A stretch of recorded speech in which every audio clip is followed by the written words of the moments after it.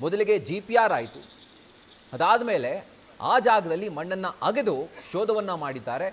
ಏನೇ ಮಾಡಿದ್ರು ಅಂದರೆ ಆ ಜಾಗದಲ್ಲಿ ನೂರಾರು ಶವಗಳನ್ನ ಹೂತಿಟ್ಟಿದ್ದೀನಿ, ಅನೇಕ ಶವಗಳನ್ನ ನಾನೇ ಹೂತಾಕಿದ್ದೀನಿ ಅಂತ ಹೇಳಿ ಸ್ಪೆಸಿಫಿಕ್ ಆಗಿ ಈ ಪಾಯಿಂಟನ್ನು ಮಾರ್ಕ್ ಮಾಡಿ ಹೇಳಿದ್ದ ಆತ ಅನಾಮಿಕ ದೂರ್ದಾರ.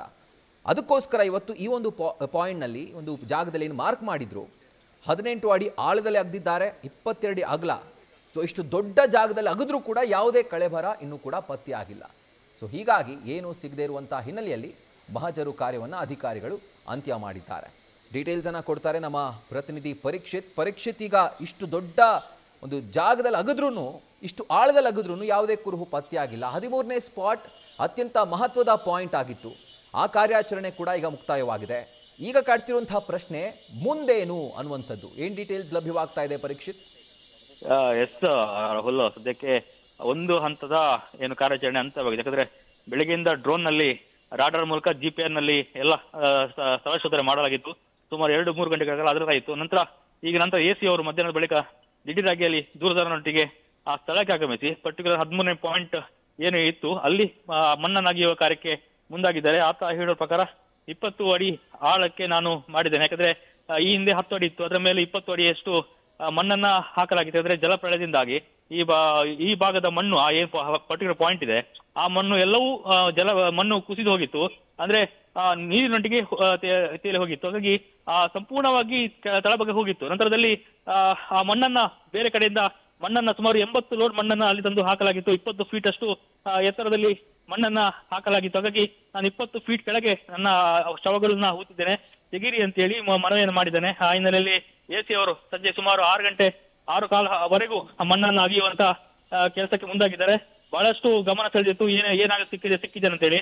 ಬಹಳ ಕಡೆಯಲ್ಲಿ ಸಾಯಿಲ್ ಮಣ್ಣನ್ನ ಅದನ್ನು ಕೂಡ ಲ್ಯಾಬ್ಗೆ ಕಳಿಸಿಕೊಡಲಾಗಿದೆ. ಅಂದ್ರೆ ಅಲ್ಲಿ ಸಿಕ್ಕಂತಹ ತಳಭಾಗದ ಮಣ್ಣನ್ನ ಸಾಯಿಲ್ ಟೆಸ್ಟ್ಗೆ ಅದನ್ನು ಕೂಡ ಕಳಿಸಲಾಗಿದೆ.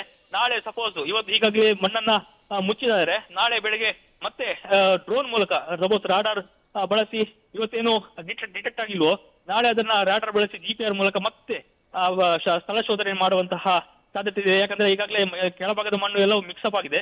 ಹೀಗಾಗಿ ನಾಳೆ GPR ಮೂಲಕ ಏನು ಸ್ಥಳ ಪರಿಶೀಲನೆ ಮಾಡಿದಲ್ಲಿ ಏನಾದ್ರೂ ಸಿಗ್ಬಹುದು ಅನ್ನೋ ನಿಟ್ಟಿನಲ್ಲಿ ನಾಳೆ GPR ಅನ್ನ ತರಬಹುದು. ಒಟ್ಟಿನಲ್ಲಿ 13ನೇ ಪಾಯಿಂಟ್ ಬಹಳಷ್ಟು ರೋಚಕ ಆಗಿತ್ತು.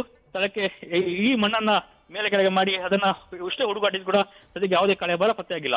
ರಾಹುಲ್, ಈಗ ಪರೀಕ್ಷಿತ್, ಈಗ ದೂರದಾರ ತೋರಿಸಿದಂಥ ಅಥವಾ ಪಾಯಿಂಟ್ ಮಾಡಿದಂಥ ಎಲ್ಲ ಜಾಗ ಅಂದರೆ 13 + 14, 15, 16 ಎಲ್ಲ ಜಾಗದ ಉತ್ಖನನ ಪ್ರಕ್ರಿಯೆ ಮುಗಿದಿದೆ.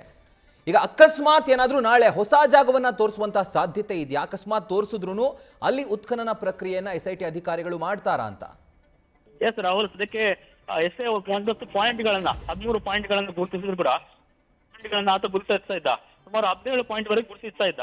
ಹೀಗಾಗಿ ಸದ್ಯಕ್ಕೆ ಸಂಪೂರ್ಣ ಉಳಿದೆಲ್ಲ ಪಾಯಿಂಟ್ಗಳಲ್ಲಿ ಮಣ್ಣನ್ನಾಗಿದ್ದು ಅಲ್ಲಿ ಶೋಧನೆ ಮಾಡಿ ಆಯ್ತು, ಅದೇನು ಸಿಕ್ಕಿಲ್ಲ. ಕೊನೆಯದಾಗಿ 13ನೇ ಪಾಯಿಂಟ್ ಇತ್ತು, ಅದನ್ನ ಅಲ್ಲಿ ಕೂಡ ಶೋಧನೆ ಮಾಡಿದಾಗ ಏನು ಸಿಕ್ಕಿಲ್ಲ. ನಾಳೆ ಮತ್ತಷ್ಟು ಆತ ಪಾಯಿಂಟ್ಗಳನ್ನ ಗುರುತಿಸುವುದಕ್ಕೆ ನಂಗೆ ನೆನಪಾಯ್ತು, ನಂಗೆ ಅಲ್ಲಿ ಇರಬಹುದು ಅನ್ನೋ ನಿಟ್ಟಿನಲ್ಲಿ ಮನವಿ ಮಾಡಬಹುದು. ವಕೀಲರು ಮತ್ತಷ್ಟು ಮಣ್ಣನ್ನು ಅಗೆಯುವಂತಹ ಮನವಿಯನ್ನ SIT ಮುಂದೆ ಇಡ್ಬೋದು. ಸದ್ಯಕ್ಕೆ ಮಣ್ಣ ಅಗೆಯುವಂತಹ ಕಾರ್ಯದಲ್ಲೇ AC ಅವರಾಗಿ SIT ಟೀಮ್ ನಿರತರಾಗಿರುವಂತದ್ದು. ಹೀಗಾಗಿ ಸಾರ್ವಜನಿಕ ವಲಯದ ಬಹಳಷ್ಟು ಹಾಸ್ಯಾಸ್ಪದ ಏನು ಇವರ ತನಿಖೆ ಇದೆ ಇರುವಂತದ್ದು. ಸ್ಥಳದಲ್ಲಿ ಮಣ್ಣನ್ನು ಅಗಿತಾ ಇದ್ದಾರೆ, ಇನ್ನೆಷ್ಟು ಆಗಿದ್ದಾರೆ ಅನ್ನೋ ಹಾಸ್ಯಾಸ್ಪದ ಮಾತನ್ನ ಸಾರ್ವಜನಿಕ ಹೇಳ್ತಾ ಇದ್ದಾರೆ. ಆದ್ರೆ SIT ಯಾವುದೇ ಏನು ಪ್ರಭಾವಕ್ಕೆ ಒಳಗಾಗಬಾರ್ದು, ಪಾರದರ್ಶಕವಾಗಿ ಇರಬೇಕು ನಿಟ್ಟಿನಲ್ಲಿ ಸಂಪೂರ್ಣವಾಗಿ ಈ ಪ್ರಕರಣವನ್ನು ಗಂಭೀರವಾಗಿ ತೆಗೆದುಕೊಂಡು ಇವತ್ತು ಮುಖ್ಯವಾಗಿ 13ನೇ ಪಾಯಿಂಟ್ ಅನ್ನು ಬಹಳಷ್ಟು ಗಂಭೀರವಾಗಿ ತೆಗೆದುಕೊಂಡು ಸಂಪೂರ್ಣ ಮಣ್ಣನ್ನ ಆಗಿದ್ದು ಅಲ್ಲಿ ಸ್ಥಳ ಪರಿಶೀಲನೆ ಮಾಡಿ ಏನು ಇಲ್ಲ ಅಂತ ಗೊತ್ತಾದ ಬಳಿಕ ಆ ಮಣ್ಣನ್ನು ಮುಚ್ಚಿರುವಂತದ್ದು. Rahul, right Parikshit, thank you ಡೀಟೇಲ್ಸ್ಗೆ.